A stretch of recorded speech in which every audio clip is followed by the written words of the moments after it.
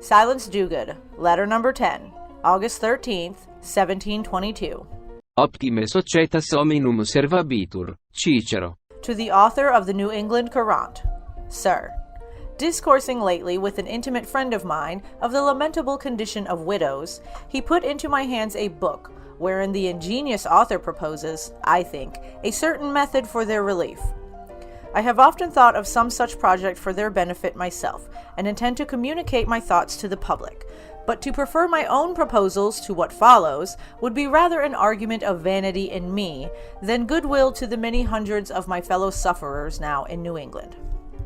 We have, says he, abundance of women who have been bred well and lived well, ruined in a few years, and perhaps left young, with a house full of children and nothing to support them, which falls generally upon the wives of the inferior clergy, or of shopkeepers and artificers.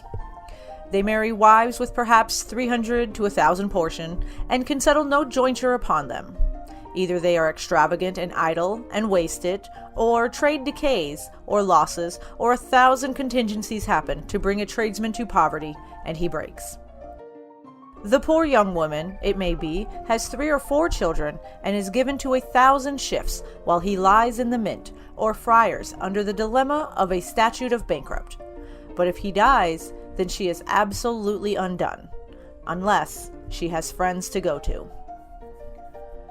Suppose an office to be erected, to be called an Office of Insurance for Widows, upon the following conditions. 2,000 women, or their husbands for them, enter their names into a register to be kept for that purpose, with the names, age, and trade of their husbands, with the place of their abode, paying at the time of their entering 5 shilling down, with 1 shilling 4 pence due per quarter, which is to the settling up and support of an office with clerks, and all proper officers for the same. For there is no maintaining such without charge.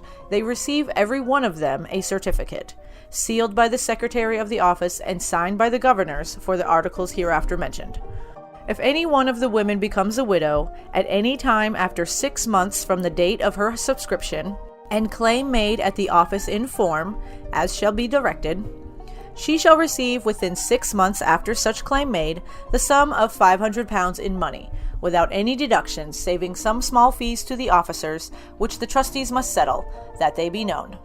In consideration to this, every woman so subscribing obliges herself to pay as often as any member of the society becomes a widow, the due proportion or share allotted to her to pay, towards the £500 for the said widow, provided her share does not exceed the sum of 5 shillings. No seamen or soldiers' wives to be accepted into such a proposal as this, on the account before mentioned, because the contingencies of their lives are not equal to others, unless they will admit this general exception, supposing they do not die out of kingdom.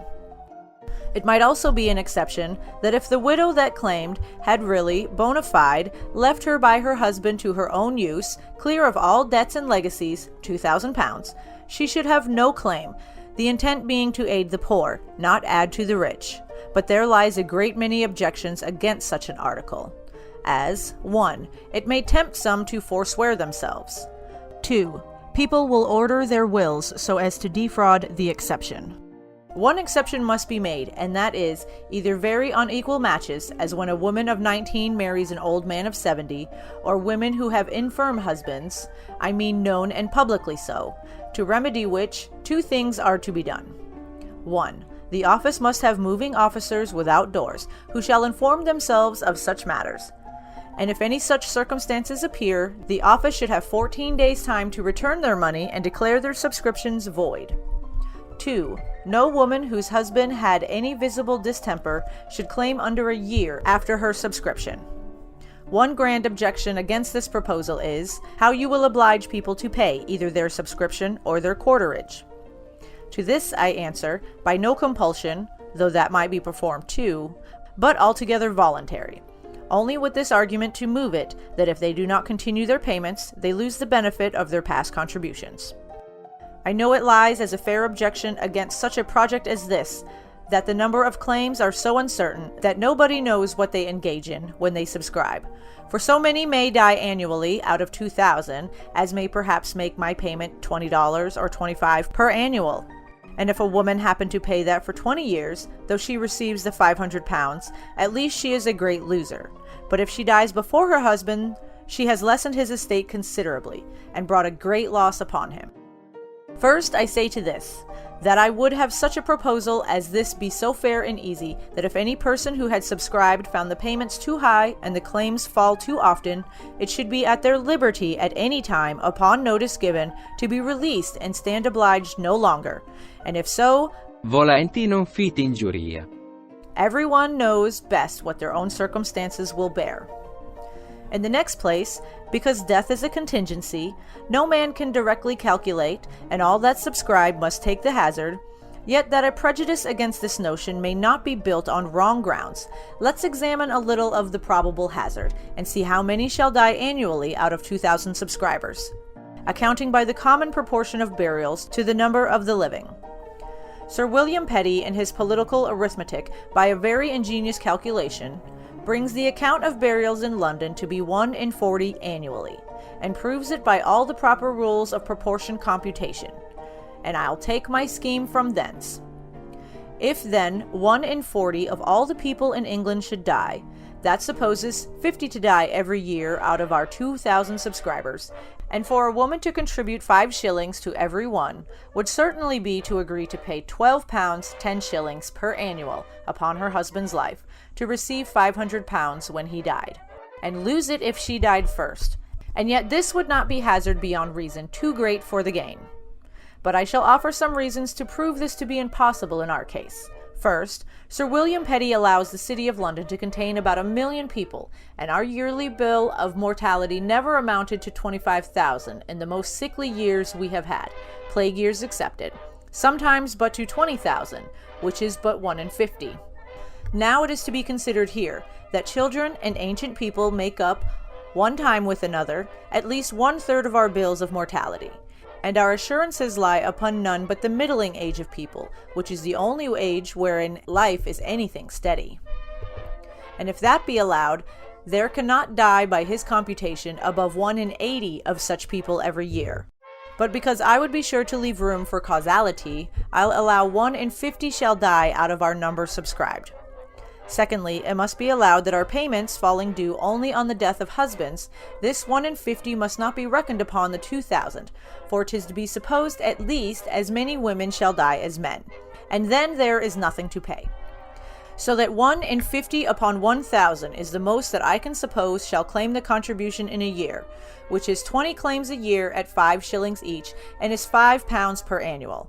And if a woman pays this for 20 years and claims at last, she is gainer enough, and no extraordinary loser if she never claims at all. And I verily believe any office might undertake to demand at all adventures not above £6 per annual, and secure the subscriber £500 in case she come to claim as a widow.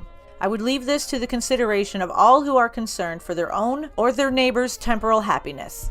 And I am humbly of opinion that the country is ripe for many such friendly societies, whereby every man might help another without any disservice to himself. We have many charitable gentlemen who yearly give liberally to the poor, and where can they better bestow their charity than on those who become so by providence, and for aught they know on themselves? But above all, the clergy have the most need of coming into some such project as this. They, as well as poor men, according to the proverb, generally abound in children, and how many clergymen in the country are forced to labor in their fields to keep themselves in a condition above want. How then shall they be able to leave anything to their forsaken, dejected, and almost forgotten wives and children? For my own part, I have nothing left to live on but contentment and a few cows, and though I cannot expect to be relieved by this project, yet it would be no small satisfaction to me to see it put in practice for the benefit of others." Unquote. I am, sir, etc., Silence Dogood. I know these aren't Silence's words, but did she just present a rudimentary form of death insurance? Like I said about the previous letter, we live in a world that provides services like this, so it's difficult to imagine a time when there were no safety nets, no pay-it-forward policies that you can cash in case of emergency.